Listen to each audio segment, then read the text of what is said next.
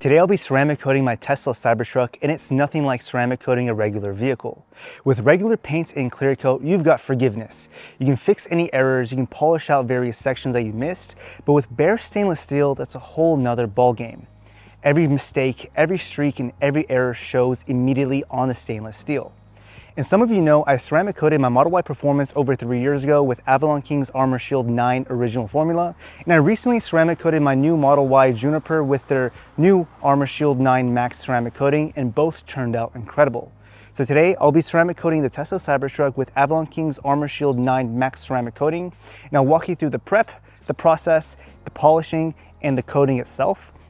Because ceramic coating a Tesla Cybertruck is a little bit different than a regular vehicle because of the stainless steel and the prep that goes into it. And just a heads up, because we'll be using Barkeeper's Friend in the prep process for the Tesla Cybertruck. Yes, the same $3 cleanser that you use on your appliances, we'll be using it on the Tesla Cybertruck. Also, Avalon King was kind enough to send me their Avalon King Max ceramic coating, and I'll be walking through the process of that, what it is, the benefits, and how to correctly apply it to the Tesla Cybertruck. So, without further ado, let's dive in. Also, since this ceramic coating process is quite different than a regular vehicle, I've labeled the chapters accordingly in this video so you can quickly reference them when you need to.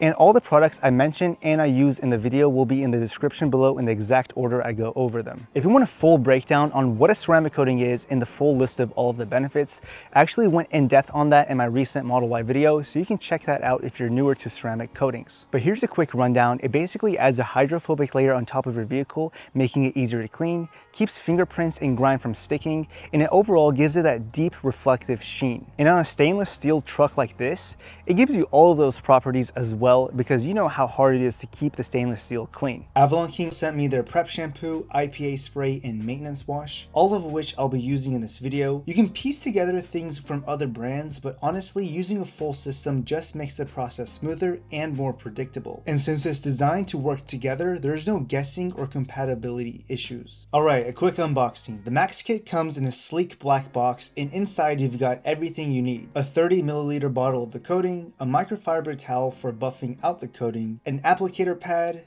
a pair of gloves, and step-by-step instructions. Now before we move on, in my recent video where I ceramic coated my Model Y, I mentioned I'd be giving away 2 Max Kits to random viewers. Right now, I have a YouTube random comment picker open, and as of the time of this recording, we have 32 comments on the video, and it's been about 2 or 3 weeks since I posted it. So let's pick the first comment. All right, first one goes to Will Miller 868, and looks like he will be ceramic coating his Model 3 long range. Let's pick the next winner. We have Paul Cam 6274. It looks like he'll be ceramic coating his deep blue metallic Tesla Model Y. So I'll reply to these comments letting you guys know that you won, and just reply back with either your email or your Instagram handle so I can get the shipping info to send it out to you. Or if you don't feel comfortable sharing your Instagram handle or your email on the YouTube video, just let me know and I'll provide my email and also my Instagram handle so we can just communicate on there. And good news, I'm giving away 2 more Max Kits to you guys in this video. So if you missed the first giveaway, here's another chance. Just like the first one, there are 3 simple steps. The first is to like this video so I know you're enjoying this kind of content. 2, subscribe to my channel so you don't miss out on future projects and updates. And 3, drop a comment. Let me know what car you'd coat with a ceramic coating. I'll pick 2 new winners at random once this video hits 2,500 likes. Before you even touch the coating, prep is everything. The stainless steel on the Cybertruck is amazing, but it shows fingerprints, welding marks, and even subtle banding from manufacturing. If you don't clean it properly, the coating won't look right no matter how good it is. Here's a quick rundown of the entire process before we dive into each part. First, you want to clean and decontaminate your Cybertruck just like any vehicle you're prepping to coat. Second, use Barkeeper's Friend Soft Cleanser Liquid to polish the stainless steel. Third, wipe any excess Barkeeper's Friend with ammoniated Windex. Fourth, you want to do an IPA wipe down until your microfiber towel no longer shows any stainless steel residue. Fifth, now you're ready to ceramic coat your Cybertruck. Now, part of the prep is definitely unconventional. When I first saw this method, I thought that there's no way I'd ever do that to my Cybertruck. But after diving into more research, I realized it's actually the most effective approach. I want to give a big big shout out to Colton from Out of Spec Detailing. I picked up a lot of the prep process from his Cybertruck ceramic coating videos, so be sure to check out his channel. He's an expert detailer and he's done this process on dozens, if not a few hundred Cybertrucks. Now, I'm not going to spend 20 minutes breaking down how to do a perfect wash and decontamination. There are entire channels built around that. The process of cleaning a Cybertruck is pretty much the same. Just know this, the cleaner the surface, the stronger the bond, and the longer the coating will last. But I briefly want to touch on how important it is to use an iron decontamination like Iron X. The purple stuff you see here are the iron deposits getting broken down. Iron removers like Iron X pull out embedded metal particles that normal washing cannot touch. Stuff like brake dust and rail dust that slowly eats into your surface if left behind. Especially on stainless like the Cybertruck, iron fallout can blend in and go unnoticed, and Iron X chemically breaks down the iron deposits, so you're not sealing in that contamination under the coating. Also, you can see here, even after my cleaning and decontamination process, that the stainless steel is not perfect. It has tons of imperfections and it's not uniform. This is where the Barkeeper's Friend comes in. Here's everything you'll need to polish your Cybertruck. You want Barkeeper's Friend Soft Cleanser. Get the liquid kind and make sure it's a soft cleanser. You want Windex with ammonia. Using ammonia in the car detailing world is an absolute no, but Colton discovered that this is the way to remove the Barkeeper's Friend residue with ease, and it does not damage the stainless steel. Also, here's a microfiber polishing pad. I'll get into the two ways to polish a Cybertruck in a second. And finally, a DA polisher. This one is a 3-inch polisher, and I also purchased a few yellow fine Rupes polishing pads. Once all of the panels are clean, it's time to polish. The goal is not to make it a mirror-like finish, is to create a smooth, uniform surface for the coating to bond to. So the two ways to polish are with this hand polisher or the DA polisher. First, you want to make sure you shake the Barkeeper's Friend well. You can polish it with your hand, but trust me, this is not what you want to do. I tried it out on one of the panels here just to show you, and by the end of it, my hands and my shoulders were really tired, and I don't think I could have done the entire Cybertruck in 1 to 1.5 hours like how I did with a DA polisher.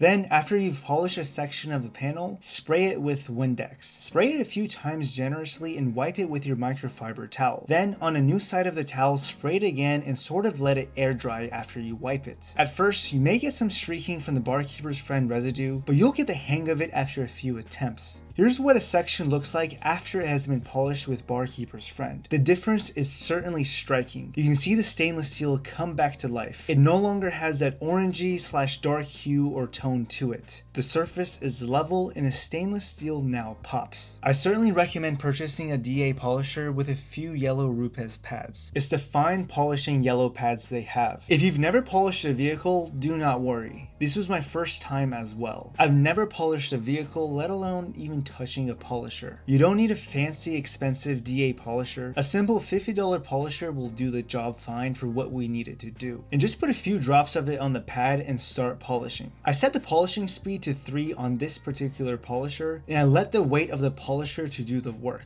I would occasionally put a tad bit of pressure on it, but it's certainly not needed. But I will say, I learned from Colton to also use a hand polisher in conjunction with the DA polisher. He mentioned it's sort of to check your work and go over the parts you may have missed with the polisher. This is less labor intensive for sure than just going at it with a hand polisher. I use the microfiber towels from Costco as they're inexpensive and they work perfectly fine for this use case. Just note that when you're done with them, to throw them out and do not reuse them. Barkeeper's Friend removes the oxidation and the leftover embedded etched contaminants in the Cybertruck stainless steel. Alright, before I start polishing the front, let me show you what I'm working with. At first glance, it looks just like it's a little bit of streaking. I hit it with a microfiber towel and nothing. It does not come off. That's not dirt, that's the staining that's actually embedded into the stainless steel. And the only way to bring it back is to polish it. So I'm going to show you what that transformation looks like, and I'll hit this section with a DA polisher and then follow it up with a hand polisher. The DA polisher does about 98% of the work, but the hand polisher is perfect for checking your work and cleaning up any spots the machine might have missed. It's a great 1-2 punch combo, fast correction with precision cleanup. And yeah, at first first it was a little bit nerve-wracking polishing my Cybertruck. You've got this giant metal slab that costs as much as a house in some parts of the US, and you're out here scrubbing it with barkeeper's friend like it's a kitchen sink. But once you do your first panel, the anxiety disappears. It's actually weirdly satisfying. You start seeing that dull, blotchy steel turn into a clean satin. Once I got in the groove, I was knocking out the panels way faster than expected. If you pace yourself and you don't overthink it, you can realistically polish out this entire truck in an afternoon. Just make sure you have plenty of towels, because once they get loaded with residue, they'll start smearing instead of cleaning. Here's another look at it side by side. On camera, it might not seem like a big deal when the whole panel is unpolished, but once you hit it with just one little section, it completely exposes how uneven the stainless steel really was. The unpolished side has a dull, hazy tone with random blotches and streaks you don't notice until you have something to compare it to. But the polished section, it just snaps. It's cleaner, brighter, and it's way more uniform. It's not mirror-like and it's not overdone, just refined. And honestly, Barkeeper's Friend is doing way more work than I expected. It's aggressive enough to pull the staining out of the surface, but not so harsh that it leaves a swirl mark or damage behind. Seeing the contrast panel by panel is what keeps you motivated through the whole truck.